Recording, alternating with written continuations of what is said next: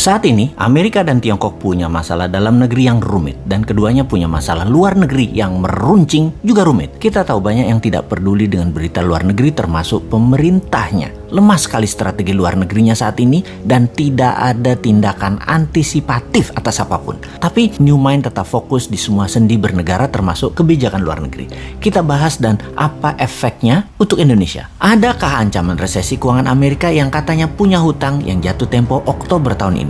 Lalu, apakah ancaman salah satu perusahaan terkaya Tiongkok yaitu Evergrande yang hutangnya mencapai 7.000 triliun yang terancam gagal bayar? Akankah bisa picu krisis keuangan di Tiongkok seperti subprime mortgage di tahun 2009 di Amerika? Apa dampak hal tersebut? 1. Melemahnya ekonomi Amerika dan Tiongkok kah? 2. Menurunkan kebutuhan komoditas impor seperti baja, nikel, besi, batubara, dan lain sebagainya. 3. Agenda investasi kedua negara tersebut untuk Indonesia bisa tertunda atau dibatalkan. 4. Menurunnya harga komoditas akan menekan harga ekspor Indonesia. 5. Sentimen negatif terhadap pasar modal. Mungkinkah? Jadi bagaimana kita melihat hal itu semua? Kita urai jawabannya satu persatu. Evergrande tidak akan sistemik, tidak akan seperti subprime, pasti akan dibantu pemerintah Tiongkok, tapi juga dijadikan sebagai collateral damage at the same time.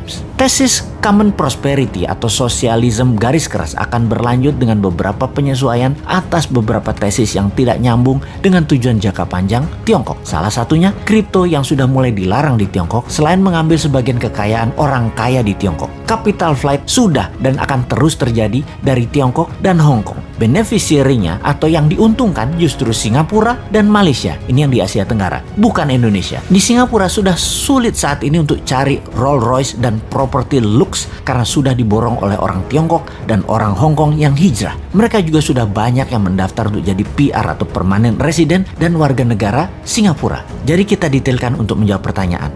Nomor 1, Tiongkok akan mengalami koreksi ekonominya karena konsumsi domestik Tiongkok akan melemah. Sementara Amerika tidak akan melemah karena konsumsi domestik di Amerika masih robust. Bahkan Bank Sentral sudah mengisyaratkan akan melakukan tapering atau pengurangan QE karena ada kecenderungan untuk inflasi. Sebentar, sahabat perlu dijelaskan apa itu robust dan apa itu tapering. Kayaknya nggak usah ya, pasti sudah paham. Kalau buzzer pasti nggak paham. Buzzer mah diemin aja. Nomor 2, komoditas baru akan turun setelah 6 bulan karena lag effect di Tiongkok. Nah, pasti nanya lagi nih, lag effect itu apa? Sahabat, memang jarang masyarakat umum memahami istilah keuangan karena bernegaranya dibuat oleh para pejabatnya hanya fokus di politik. Kasian rakyat ini jadi bego urusan ekonomi, taunya paling pol dagang doang karena perilaku bernegara pejabatnya. Tapi tenang, rakyat tidak paham tidak apa-apa. Tapi pejabat yang berkuasa ternyata juga tidak paham seperti kali ini. Itu memalukan. Jadi apa itu lag effect? Oke, saya terjemahkan pelajaran kampus aja artinya. Bahasa Indonesia cari dewe ya. Oke, lag effect is the potential ineffectiveness in fiscal policy due to the time it takes to recognize an issue. Dah, itu aja artinya. Cari sendiri ya artinya. Kita lanjut. Nomor 3, capital flight dari Tiongkok nggak akan ke Indonesia. Amerika dan Tiongkok telah melakukan QE masing-masing sebesar 5 triliun dolar. Amerika 4 triliun, Tiongkok 1 triliun dalam 20 bulan terakhir. Tapi nggak akan ada imbasnya ke Indonesia secara berarti. Pasti pada nanya lagi, QE itu apa? Wes, kali ini Bosman jadi orang belagu dah, sok berilmu. Niatnya cuma satu sih, nantang manusia yang katanya terbaik bidang ekonomi.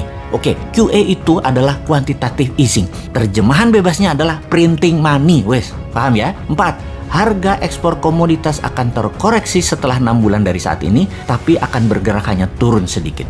5, pasar modal akan terkoreksi sedikit tapi akan terbang kembali. Dikarenakan uang beredar di Amerika, di Uni Eropa, di Jepang, di Tiongkok masih masif. Rasio M2 terhadap GDP masih jauh di atas 100%. Jumlah M2 masih di atas US dollar 100 triliun. Ini akan terus mempengaruhi pasar modal secara positif dan kebanyakan akan dialokasikan di tesis-tesis abad ke-21 seperti teknologi, nanoteknologi, AI atau artificial intelligence, bioteknologi, robotik, dan spaceship dan lain sebagainya. Tidak akan invest di Indonesia kecuali nyedot sumber daya alam seperti sekarang yang rakyatnya nggak dapat apa-apa, negaranya nggak dapat apa-apa, pejabatnya dapat dong, mosok tidak.